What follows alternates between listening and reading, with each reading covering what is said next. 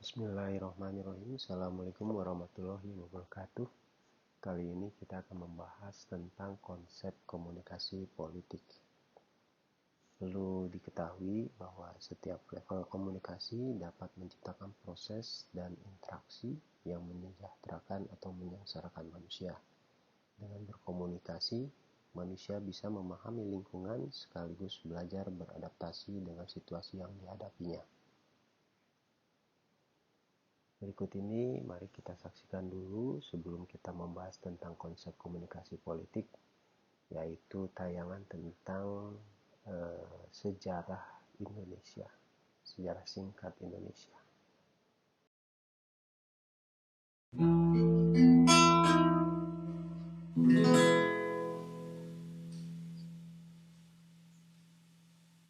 Sriwijaya berdiri dan menjadi pusat kebudayaan serta pusat ilmu Buddha terutama yang beraliran Hinayana dan Mahayana. Sriwijaya adalah kerajaan besar Nusantara yang kekuasaannya tersebar sampai ke Kamboja. Majapahit adalah kerajaan besar setelah Sriwijaya. Majapahit berasal dari nama buah maja dan rasanya yang pahit. Buah itu ditemukan anak buah Raden Wijaya. Kejayaan Majapahit mencapai puncaknya pada masa Raja Hayam Wuruk dengan mahapatihnya Gajah Mada. Gajah Mada mengucapkan sumpah palapa, semacam perjanjian untuk tidak bersenang-senang sebelum mempersatukan Nusantara. Laksamana Cheng Ho melakukan pelayaran ke Nusantara. Pelayaran itu menghasilkan akulturasi budaya antara orang Cina dan penduduk lokal. Jejak akulturasi itu dapat ditemui di dalam kesenian dan kebudayaan, serta beberapa jenis bangunan peribadatan. Portugis yang masuk ke Nusantara sejak 1511 telah banyak meninggalkan jejak budaya, salah satunya adalah jenis musik keroncong yang dicampur dengan gitar khas Portugis. Di samping persebaran agama Kristen oleh Franciscus Xaverius, Portugis banyak meninggalkan perbendaharaan kata, yang sampai saat ini kata itu masih dipakai. Pada tahun 1595, Belanda pertama kali melakukan pelayaran ke Hindia Timur dengan 4 kapal dan 249 awak kapal, di bawah pimpinan Cornelius de Houtman. 1602 Maret, terbentuklah VOC. VOC sebenarnya adalah jalan tengah yang ditempuh oleh kerajaan Belanda untuk meredam persaingan tidak sehat antar perusahaan untuk menguasai perdagangan ke Nusantara. Setelah berdiri selama 198 tahun, pada 1 Januari 1800, VOC secara resmi dibubarkan. Pembubaran VOC ini disebabkan oleh banyak hal, salah satunya adalah korupsi di dalam VOC sendiri. Melalui perjanjian Kew, Belanda menyerahkan kekuasaan bekas jajahannya ke kerajaan Inggris. Kemudian Thomas Stamford Raffles dipilih menjadi perwakilan Inggris di Jawa. Ia kemudian menulis buku yang fenomenal, yaitu History of Java. Pada tahun 1825, Perang Pangeran Diponegoro berlangsung dan berakhir pada tahun 1830. Diponegoro datang dalam sebuah perundingan yang digagas Belanda. Namun, beliau kemudian ditangkap dan diasingkan ke Manado lalu dipindah ke Makassar hingga wafat. Mei 1908, berdirilah organisasi modern pertama yang didirikan oleh Dr. Sutomo, Dr. Cipto Mangunkusumo, Dr. Rajiman Wediodiningrat, dan Dr. Wahidin Sudirohusodo. Organisasi itu bernama Budi Utomo. Sarekat Dagang Islam didirikan pada tahun 1910 oleh Tirto Di Suryo. Sebelumnya, pada tahun 1903, ia berhasil mendirikan surat kabar pertama dengan nama Sunda Berita, yang didanai dan dijalankan oleh orang pribumi. Tahun 1911, Haji Samanhudi, seorang pedagang batik dari Surakarta, mendirikan Sarekat Dagang Islam di Surakarta. Di Surabaya, HOS Cokroaminoto mendirikan cabang dan segera menjadi besar dan meluas di bawah pimpinan Cokroaminoto. SDI kemudian berubah nama menjadi Sarekat Islam. Pada tahun 1911, EFE Dowisdekker atau Setiabudi, Cipto Mangunkusumo, Suwardi Suryadiningrat atau Ki Hajar Dewantoro mendirikan Indisci Party. Tahun 1912, Kiai Haji Ahmad Dahlan mendirikan organisasi Islam modern pertama, yaitu Muhammadiyah atau Jalan Muhammad. Organisasi ini memberikan pengaruh besar hingga saat ini. Pada tahun 1927, tanggal 4 Juli, Soekarno dan Al-Gemini Study Club mendirikan Partai Nasional Indonesia. Munculnya organisasi adalah penanda bagi perjuangan yang mengedepankan nasionalisme. Puncaknya adalah Sumpah Pemuda, Oktober 1928. Tokohnya adalah Muhammad Yamin. Pada bulan Maret 1942, Jepang menangkap Gubernur Jenderal Belanda. Saat itu pula runtuhlah kekuasaan Belanda. Jepang masuk dengan slogan Saudara Tua, Cahaya dari Timur. Bulan Maret 1945, Jepang membentuk Badan Penyelidik Usaha Persiapan Kemerdekaan Indonesia sebagai upaya pemberian kemerdekaan. 1 Juni, Soekarno mengemukakan dasar negara Pancasila, 5 dasar yang akan menjadi falsafah resmi Indonesia merdeka. 15 Agustus, Jepang menyerah tanpa syarat. Setelah sekutu membom Hiroshima pada 6 Agustus 1945. Pada saat itu terjadi kekosongan kekuasaan karena sekutu yang mengalahkan Jepang tidak melakukan penaklukan terhadap Indonesia. Sementara itu Jepang masih berkuasa, namun telah menyerah. 16 Agustus, Soekarno-Hatta diculik para pemuda dan dibawa ke Rengas Dengklok. Para pemuda mendesak Soekarno-Hatta untuk segera menyatakan kemerdekaan. Tanggal 17 Agustus, dibacakanlah proklamasi yang dirancang Soekarno dan beberapa tokoh di rumah Soekarno. Dikibarkanlah bendera merah putih yang dijahit oleh Ibu Fatmawati, istri Soekarno. Hal-hal yang mengenai pemindahan kekuasaan dan lain-lain diselenggarakan dengan cara saksama dan dalam tempo yang sesingkat-singkatnya.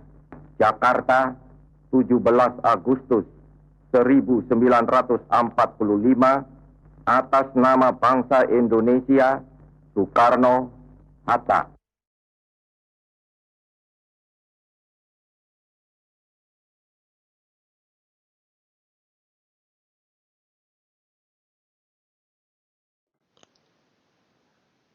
Oke, sekarang kita akan lihat bagaimana awal perkembangan komunikasi politik di Indonesia. Seperti tadi di dalam tayangan, kita lihat adanya Budi Utomo yang berdiri sebagai sebuah organisasi priai Jawa, dan kita tahu bahwa Budi Utomo lahir pada tahun 1908 atau tepatnya 20 Mei 1908. Nah, Budi Utomo ini lahir karena keprihatinan para pemuda atas perjuangan para pahlawan di masing-masing daerah. Budi Utomo merupakan sebuah organisasi pelajar yang didirikan oleh Dr. Sutomo dan para mahasiswa Stovia atau School Thought of Pleading for Inlands Arsten, yaitu Gunawan, kemudian Dr. Cipto Mangunkusumo, dan juga Suraji, serta Raden Aryo Tirtokusumo, yang didirikan di Jakarta. Nah, organisasi ini bersifat sosial, ekonomi, kebudayaan, serta tidak bersifat politik. Nah, semenjak dipimpin oleh Raden Adipati Tirtokusumo, banyak anggota baru dari Budi Utomo yang bergabung, yaitu dari kalangan bangsawan dan pejabat kolonial, sehingga banyak anggota muda yang memilih untuk menyingkir. Di bawah kepengurusan generasi tua, kegiatan Budi Utomo yang awalnya terpusat di bidang pendidikan, sosial, dan budaya akhirnya mulai bergeser di bidang politik. Corak perjuangan melawan penjajah pada waktu itu berubah dari perjuangan bersenjata menuju perjuangan politik. Perubahan corak perjuangan ini kemudian membawa implikasi pada praktek komunikasi yang dilakukan oleh para pejuang kemerdekaan untuk menggelorakan semangat nasionalisme kepada rakyat. Orasi di depan khalayak luas dan artikel di media cetak serta buku menjadi media komunikasi politik yang efektif saat itu.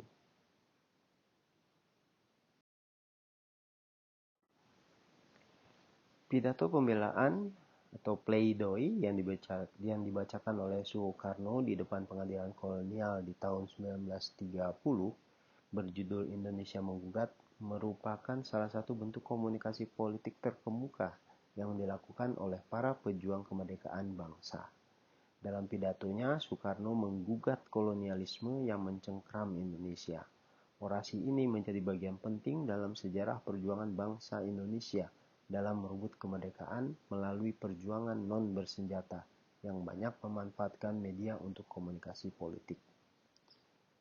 Sebelum Soekarno membaca Indonesia Menggugat, sejak permulaan tahun 1900-an, para pejuang kemerdekaan bangsa Indonesia menempuh metode perjuangan yang berbeda dari generasi-generasi sebelumnya. Jika di masa sebelumnya perjuangan mendapatkan kemerdekaan lebih banyak dilakukan dengan perjuangan bersenjata, maka sejak kelahiran Budi Utomo tadi di tahun 1908, kemudian Syarikat Dagang Islam di tahun 1909 yang berubah menjadi Syarikat Islam tahun 1912, perjuangan yang dilakukan bangsa Indonesia lebih banyak menggunakan jalur organisasi pergerakan kemerdekaan.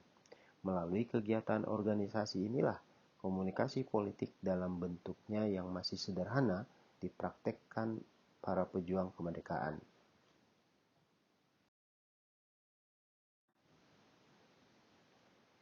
Di masa Orde Lama, komunikasi politik berkembang terutama di masa demokrasi liberal di tahun 49 sampai 59, di mana partai politik sering melakukan kampanye untuk meraih dukungan publik. Bahkan tidak jarang agitasi menjadi menu dalam komunikasi politik saat itu. Namun demikian, komunikasi politik pada era liberal ini berlangsung relatif sehat. Komunikasi politik pada era ini lebih banyak dimaknai sebagai propaganda, sehingga teknik-teknik komunikasi politik belum berkembang secara modern.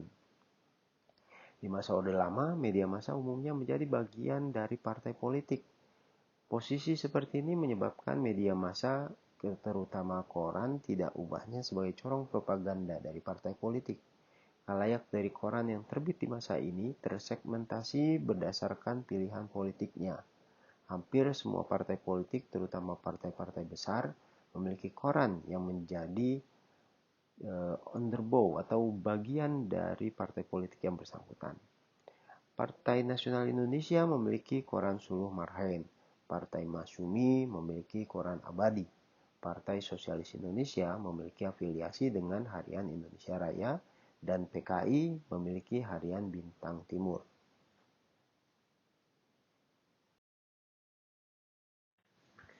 Pada masa Orde Lama, partai politik tumbuh bagaikan jamur di musim hujan.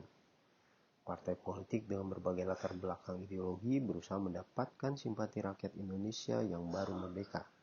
Partai politik di masa ini menjadi aktor utama dalam kegiatan komunikasi politik melalui berbagai aktivitas yang mereka lakukan. Jika dilihat dari konteks modern, komunikasi politik yang dilakukan partai politik di masa ini masih terbilang sederhana. Partai politik mengandalkan iklan luar ruang yang dibuat sederhana, seperti menampilkan gambar partai politik dan nomor urutnya dalam pemilu tahun 1955. Model komunikasi politik lain yang berkembang adalah pengerahan massa dari pendukung partai politik tertentu untuk datang ke lapangan guna mendengarkan pidato dari pengurus partai politik yang bersangkutan. Selain melalui kedua bentuk komunikasi politik itu, di masa ini media massa, terutama koran, menjadi sarana partai politik untuk menggerakkan aktivitas komunikasi politiknya. Jika tidak, setidaknya koran tersebut berafiliasi pada partai politik tertentu.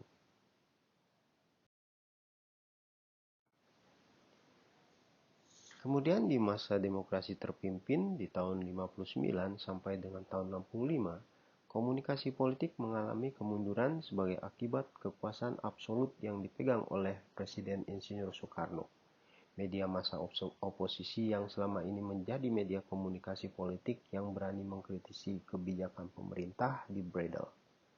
Sehingga komunikasi politik hanyalah produksi dari pemerintah semata-mata. Komunikasi politik di masa ini juga terbatas pada aktivitas yang dilakukan oleh presiden dan partai-partai yang menyokongnya kepada publik. Komunikasi politik yang tergantung pada sistem demokrasi berjalan satu arah, yaitu dari penguasa kepada rakyat. Tidak ada keberagaman komunikasi politik sebagaimana yang terjadi di masa demokrasi liberal. Presiden Soekarno mendominasi proses komunikasi politik yang berlangsung melalui berbagai aktivitas yang dilakukannya seperti pidato di depan khalayak maupun dengan memanfaatkan media massa yang ada. Koran yang terbit di masa demokrasi terpimpin adalah koran yang bersedia mengikuti demokrasi terpimpin, di mana beberapa koran yang kritis terhadap penguasa dibredel dan dilarang terbit. Stasiun radio RRI dikuasai oleh pemerintah secara mutlak. Penguasaan dari pemerintahan ini menjadikan stasiun radio menjadi corong bagi pemerintah untuk menyebarkan gagasan pemerintah. Secara rutin, RRI menyiarkan pidato Presiden Soekarno melalui frekuensi mereka. Stasiun TV, TVRI juga tidak luput dari penguasaan pemerintah. TVRI sebagaimana RRI juga menyiarkan pidato Presiden Soekarno. Pembangunan stasiun TV juga dilatar belakangi oleh keinginan pemerintah dalam menyambut Asian Games di tahun 62 untuk memperlihatkan kemajuan Indonesia pada negara-negara lain di Asia. Sebagaimana yang diketahui, pemerintah Presiden Soekarno gencar melakukan proyek mercusuar untuk memperlihatkan keunggulan Indonesia. Apa yang dilakukan oleh Presiden Soekarno ini bisa dimaknai dalam kerangka komunikasi politik sebagai usaha mengkomunikasikan kepemimpinan Indonesia di mata dunia internasional.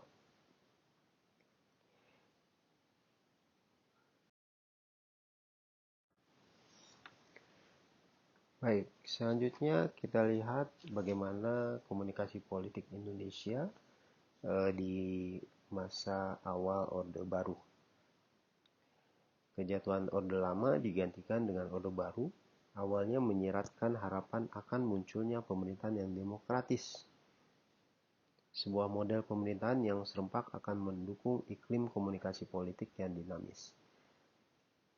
Namun, seperti kita tahu di dalam sejarah, bagaikan pepatah lepas dari mulut buaya jatuh ke mulut harimau. Represi yang dilakukan oleh pemerintah Orde Baru terhadap berbagai aktivitas politik yang dianggap berseberangan dengan kepentingan bangsa dan negara menjadikan komunikasi politik sebagai wacana maupun tindakan praksis menjadi terpinggirkan. Apalagi pemerintah Orde Baru lebih mengutamakan pembangunan ekonomi dan menjadikan politik sebagai ranah yang tabu. Pertentangan politik oleh pemerintah dianggap sebagai ancaman terhadap stabilitas nasional yang berpotensi mengganggu pembangunan ekonomi. Pemerintah Orde Baru mulai melakukan represi atas kebebasan media sejak pemerintahan ini berkuasa. Koran yang dianggap berafiliasi dengan PKI dilarang terbit.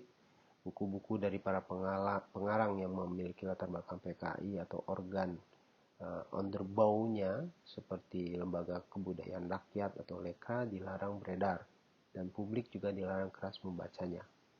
Hanya media massa yang memiliki kesamaan visi dengan pemerintahan Orde Baru yang diizinkan terbit dan beredar.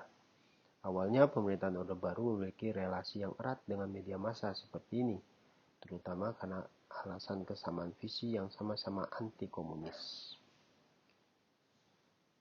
Kemudian banyak peristiwa yang mengharuskan media massa atau koran-koran pada masa ini dibredel, terutama yang mengkritisi kebijakan pemerintahan Orde Baru.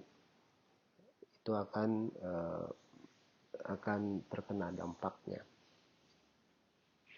Nah, sikap bermusuhan Orde Baru terhadap media massa, terutama media massa yang membingkai isu politik secara kritis, semakin mengemuka ketika muncul penolakan terhadap pembangunan Taman Mini Indonesia Indah di tahun 70-an dan merebaknya korupsi di pemerintah yang disuarakan terutama oleh para aktivis mahasiswa. Media massa terutama dalam bentuk koran yang bersifat kritis pada Orde Baru dengan mengemas pemberitaan tentang aksi unjuk rasa mahasiswa mendapat tekanan dari pemerintah. Koran-koran tetap yang tetap membandel terhadap pembatasan kebebasan pers, tetap konsisten memegang berita secara kritis, mengalami pemberedelan. Jadi demokrasi Pancasila ala Orde Baru ternyata bukan menumbuhkan iklim demokrasi, namun sebaliknya justru membunuh demokrasi. Tidak ada dialektika antara pemerintah dengan oposisi karena memang Orde Baru mengharamkan keberadaan oposisi. Tidak ada lagi wacana kritis yang berkembang melalui media massa karena media massa mengalami tekanan yang sangat kuat di pemerintahan Orde Baru. Ada satu partai yang cukup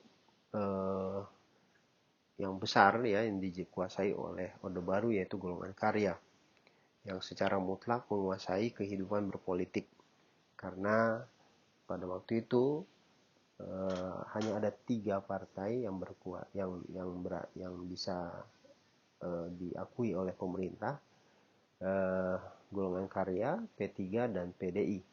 Namun 2 partai lainnya hanya sebagai sebagai hiasan saja bahwa Indonesia di mata dunia itu memiliki lebih dari satu partai, sehingga terlihat atau terkesan sebagai negara yang demokratis. Nah, di masa Orde Baru juga RRI dan TVRI secara efektif menjadi media propaganda pemerintah. Tidak berbeda dengan di masa demokrasi terpimpin yang dikemukakan oleh Presiden Soekarno pada waktu itu. Pemanfaatan TVRI sebagai media komunikasi politik dikendalikan oleh penguasa di masa Orde Baru, jauh lebih mengemuka dibandingkan pada masa sebelumnya. Pemerintah Orde Baru secara efektif menjadikan TVRI sebagai sarana untuk melakukan komunikasi politik yang berjalan satu arah, yaitu dari pemerintah kepada rakyat. Tayangan berita juga memonopoli stasiun televisi yang dikuasai oleh pemerintah ini. Di awal dekade 90-an, ketika pemerintah Orde Baru mengizinkan pendirian stasiun TV swasta, pemerintahan Orde Baru tetap menjalankan kontrol ketat pada stasiun TV swasta tersebut. Awalnya stasiun TV swasta dilarang untuk menyiarkan program berita dan wajib untuk melakukan relay atas program berita yang berasal dari TVRI. Kebijakan ini dilakukan pemerintah Orde Baru melalui Departemen Penerangan yang dikenal represif terhadap media massa yang kritis. Agaknya pemerintah Orde Baru tidak ingin media TV menjadi kritis sebagaimana yang terjadi dengan media cetak yang sering kali mengkritisi kebijakan pemerintah. Di tahun 98, pemerintahan Orde Baru jatuh setelah muncul berbagai aksi unjuk rasa yang memprotes kenaikan harga kebutuhan pokok. Unjuk rasa yang semakin luas menuntut mundurnya Presiden Soeharto. Awalnya media massa terkesan takut dalam memberitakan aksi unjuk rasa. Ketakutan ini bisa dipahami karena sepanjang Orde Baru, pemerintahan memang represif sekali dengan media massa.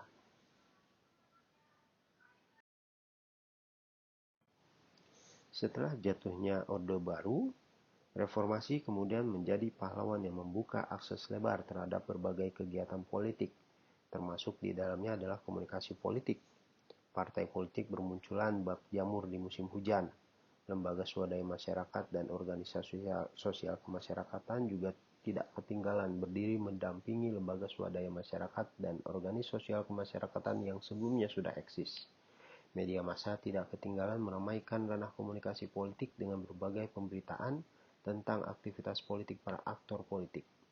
Editorial media massa juga turut meramaikan wacana tentang politik, sebuah sikap media yang jarang ditemui di masa-masa sebelumnya, terutama di masa Orde Baru. Pada masa pasca reformasi inilah komunikasi politik dalam bentuk yang modern diaplikasikan oleh para aktor politik di Indonesia. Berbeda dengan masa-masa sebelumnya di mana komunikasi politik lebih bersifat propaganda yang berasal dari pemerintah dan cenderung searah, pada masa ini komunikasi politik secara serius mengalami fabrikasi dan konstruksi serta di manajemen secara profesional.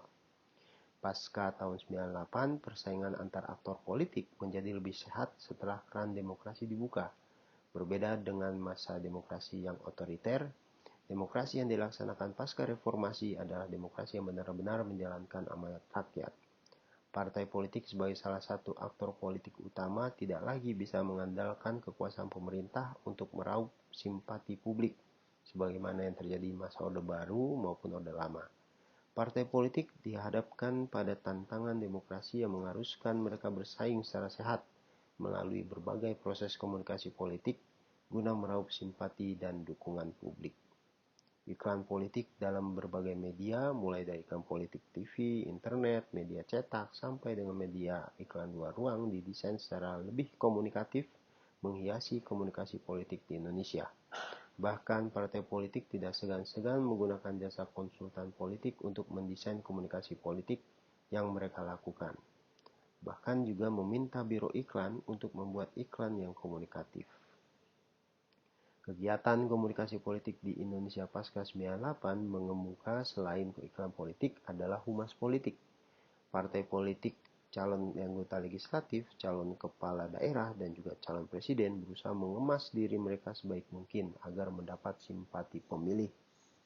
Manajemen citra untuk mengemas aktor politik lebih menjual di mata pemilih juga menjadi fenomena yang mengemuka. Metode pemasaran ekonomi juga mulai diterapkan dalam komunikasi politik sehingga kemudian dikenal istilah pemasaran politik. Perkembangan media internet secara lebih interaktif bersamaan dengan semakin mudah dan murahnya akses internet menjadikan media massa semakin berperan besar dalam komunikasi politik.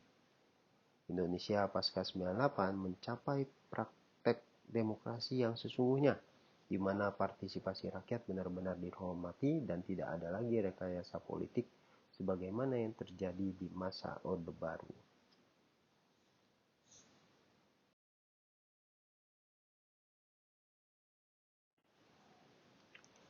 Oke, sekarang kita lihat konsep komunikasi politik. Secara sederhana, komunikasi politik itu gabungan dari dua kata komunikasi dan politik.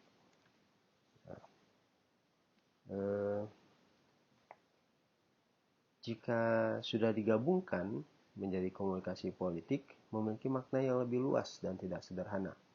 Secara interaksional, komunikasi politik memang berada pada domain komunikasi. Namun pada saat yang sama, komunikasi politik telah menjembatani dua disiplin ilmu dalam ilmu sosial, yaitu disiplin ilmu komunikasi dan ilmu politik. Setiap sistem politik, sosialisasi, dan perekrutan politik, kelompok-kelompok kepentingan, penguasa, peraturan, dan sebagainya itu dianggap bermuatan komunikasi. Dalam konteks ini, komunikasi tidak hanya dipahami sebagai penyampaian sebuah pesan dari seseorang kepada orang lain atau publik. Menurut Danimo, komunikasi juga dapat dipahami sebagai penciptaan kembali gagasan-gagasan informasi oleh publik jika diberikan petunjuk dengan simbol, slogan, atau tema pokok.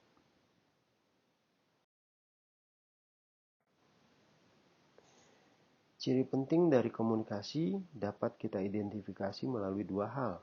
Pertama, komunikasi merupakan sebuah proses membentukkan makna terhadap sebuah pesan tertentu yang disampaikan kepada orang lain.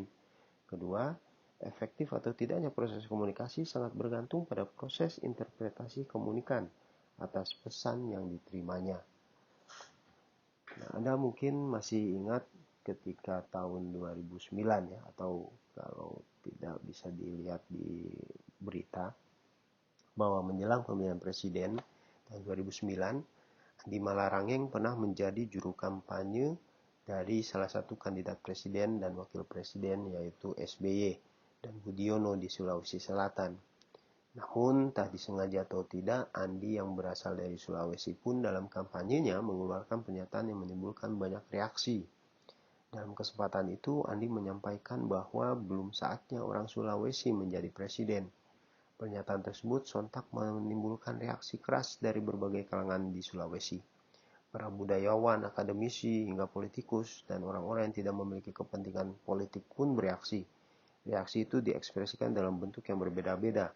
Ada yang melakukan protes keras lewat media massa, ada yang berdemonstrasi, hingga hanya yang menyesalkan saja terhadap pernyataan yang sebenarnya disampaikan oleh orang sekelas Andi Malarangeng yang juga orang Sulawesi. Jika menyimak pernyataan tersebut, sesungguhnya Andi Malarangin tidak berbicara person, tapi yang disebut hanya nama daerah. Dugaan sementara, Andi sebenarnya menganggap bahwa apa yang disampaikannya tidak akan menimbulkan reaksi begitu keras, mengingat apa yang disampaikannya tidak menyinggung siapapun karena tidak menyebutkan nama. Sayangnya Andi Malarangin lupa bahwa sesungguhnya komunikasi tidak lepas dari ruang dan waktu. Dari sisi ruang, Andi menyampaikan hal itu di tempat di mana daerah itu disebut Sulawesi. Dari sisi waktu, pernyataan Andi disampaikan pada saat menjelang Pilpres. Bahkan pernyataan itu disampaikan pada saat Andi sedang berkampanye. Karenanya pernyataan itu sangat syarat muatan politis. Kendati tidak menyebutkan nama, Andi lupa bahwa masyarakat tidak sebodoh yang dikira. Dalam komunikasi ada dimensi hubungan. Apa yang disampaikan oleh Andi sesungguhnya sangat mudah ditangkap oleh publik, bahwa yang dimaksud dengan belum waktunya bagi orang Sulawesi menjadi presiden adalah pengecilan makna kandidat presiden yang berasal dari Sulawesi, yaitu Yusuf Kala pada waktu itu.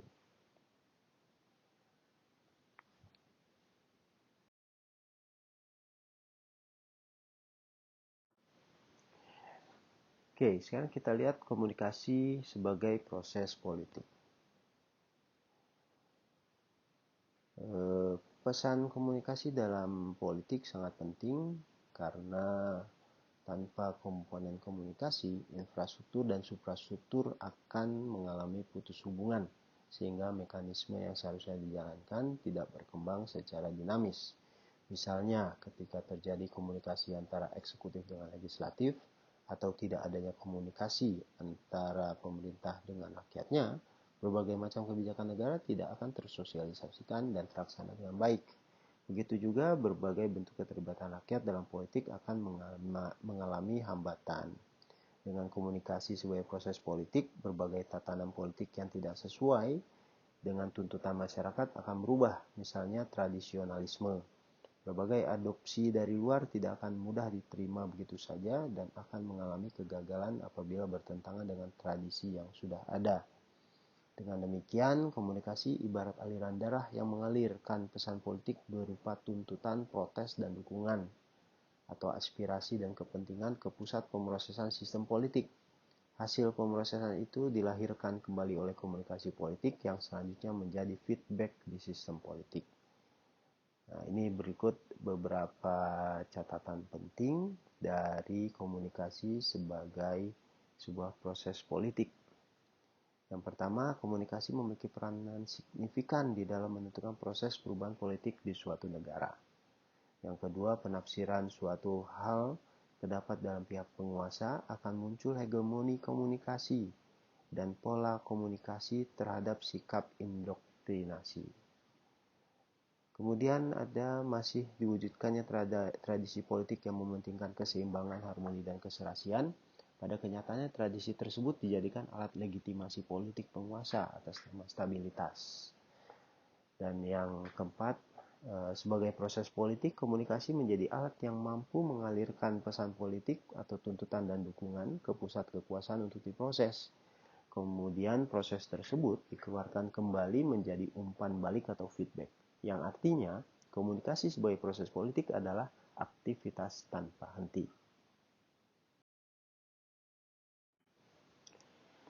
Selanjutnya kita lihat di sini ada 3 elemen utama dari komunikasi politik, yaitu yang pertama organisasi politik, kedua media massa, dan ketiga warga negara. Nah, organisasi politik seringkali disebut sebagai aktor politik. Aktor politik sendiri didefinisikan sebagai individu-individu yang menyalurkan aspirasinya melalui perangkat organisasi dan lembaga untuk mempengaruhi proses pengambilan keputusan. Individu ini bisa jadi terlibat dalam proses ini dengan berusaha mendapatkan kekuasaan dengan lembaga politik resmi, seperti melalui pemerintahan maupun lembaga legislatif, di mana melalui lembaga seperti inilah kebijakan ditetapkan. Organisasi politik ini meliputi partai politik, organisasi publik, kelompok penekan, dan kelompok teroris. Kemudian yang kedua adalah media massa. Media massa ini adalah elemen paling penting dalam proses komunikasi politik, karena tanpa media massa, pesan politik tidak mampu menjangkau khalayak luas dalam waktu yang cepat dan sekaligus masif. Melalui media massa lah aktor politik bisa menyampaikan pesan politik yang ditransmisikan oleh media massa kepada khalayak luas. Media massa dalam komunikasi politik bahkan bukan hanya berperan sebagai transmitter saja dari pesan politik yang dilakukan oleh aktor politik kepada khalayak. Namun, media massa juga berperan sebagai aktor politik dalam proses politik sebagaimana aktor-aktor politik lainnya. Dalam sistem politik yang demokratis, fungsi media adalah sebagai saluran komunikasi politik yang awalnya berasal dari luar media itu sendiri dan sekaligus juga sebagai pengirim dari pesan-pesan politik yang dikonstruksi oleh jurnalis. Dan yang ketiga adalah warga negara. Nah, di dalam konteks komunikasi, tentunya khalayak menjadi target sasaran dan tujuan dari berbagai kegiatan politik. Karena bagaimanapun cara dan apapun bentuknya, aktivitas komunikasi politik diorientasikan untuk mempengaruhi khalayak. Tanpa ada khalayak, semua proses komunikasi pasti akan mubazir. Dan di dalam proses komunikasi politik, diperlukan sebuah pemahaman tentang perilaku sosiopolitik dari khalayak agar pesan politik mencapai tujuan politiknya. Inilah yang mendorong riset-riset tentang perilaku khalayak dalam relasinya dengan komunikasi politik.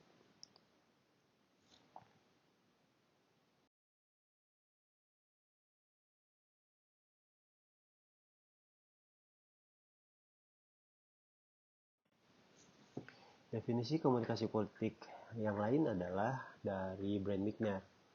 Seluruh bentuk komunikasi yang dilakukan politisi dan aktor politik yang lain untuk mencapai suatu tujuan tertentu. Komunikasi yang mengarah pada aktor-aktor di luar politisi seperti voters atau newspaper columnist, dan komunikasi tentang aktor dan aktivitasnya seperti yang terdapat pada laporan berita, editorial, dan diskusi lain mengenai politik di media.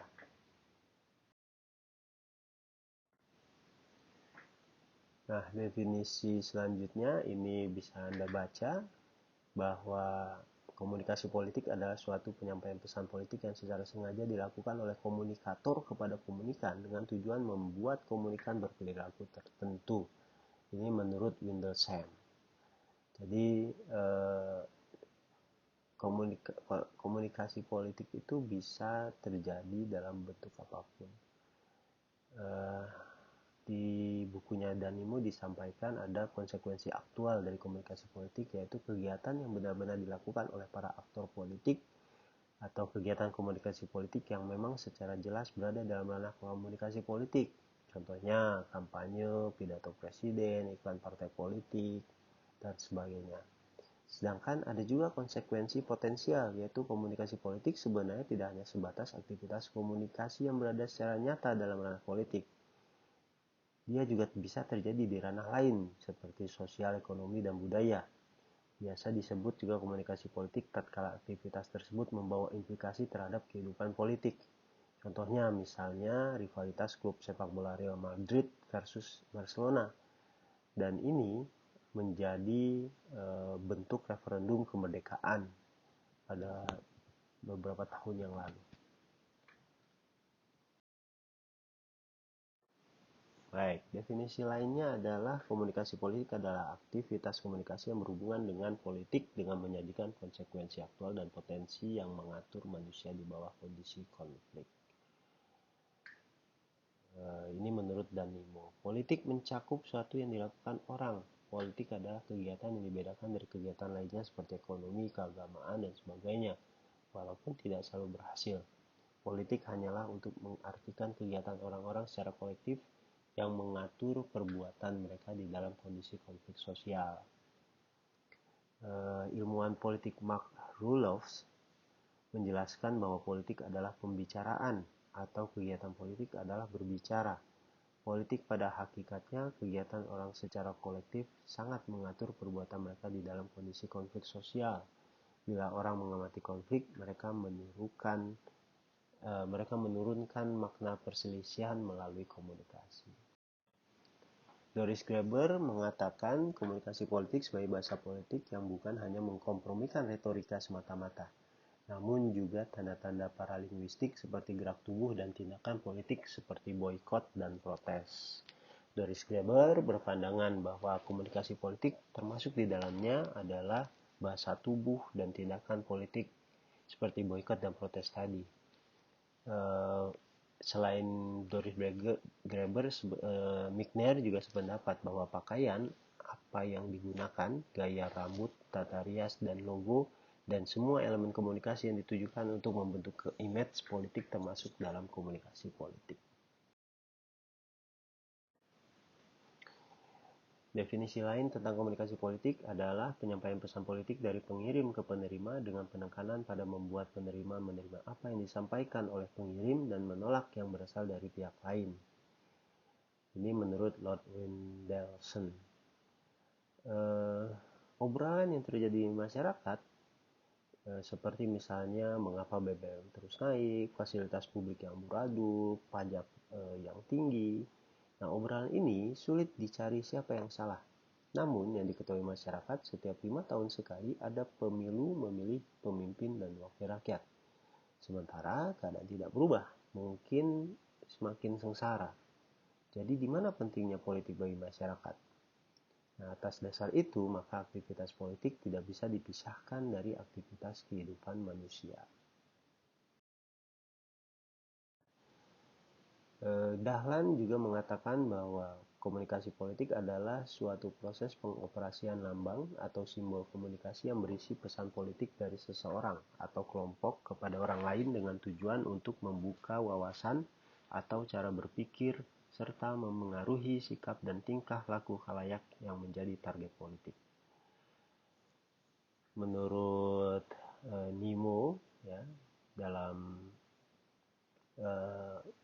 definisi tentang politik itu adalah siapa, memperoleh apa, kapan, dan bagaimana. Pembagian nilai-nilai orang yang berwenang, kekuasaan, dan pemegang kekuatan, pengaruh tindakan yang diarahkan untuk mempertahankan dan memperluas tindakan lainnya. Artinya, politik adalah kegiatan secara terus-menerus berlangsung sebagai upaya memperoleh, mempertahankan, dan mendistribusikan kekuasaan. Oke, sekarang kita lihat fungsi komunikasi politik. Bahwa fungsi komunikasi politik itu ada 5, yaitu fungsi informasi, fungsi edukasi, fungsi instruksi, fungsi persuasi, dan fungsi hiburan. Nah, apa itu fungsi informasi? Fungsi informasi adalah penyampaian pesan yang berkaitan dengan politik seperti visi, misi, tujuan, sasaran, dan arah kebijakan dari partai politik. Nah, sasarannya adalah aspek kognitif dari konstituen atau penerima pesan. Yang kedua, fungsi edukasi. Fungsi ini biasa diperankan oleh partai politik atau pemerintah dengan menggunakan media pendidikan politik seperti misalnya pelatihan kader partai, dan materi pendidikan politiknya adalah ideologi, nilai, praksis, dan keterampilan dalam bidang politik. Kemudian yang ketiga adalah fungsi instruksi. Fungsi komunikasi politik yang berkaitan dengan pemberian perintah berupa kewajiban, larangan, dan anjuran, dan sasarannya adalah konstituen atau anggota partai atau simpatisan. Dan fungsi instruksi ini kita bisa lihat dalam kegiatannya adalah seperti iuran atau kontribusi kepada partai, kemudian rapat dan pertemuan partai.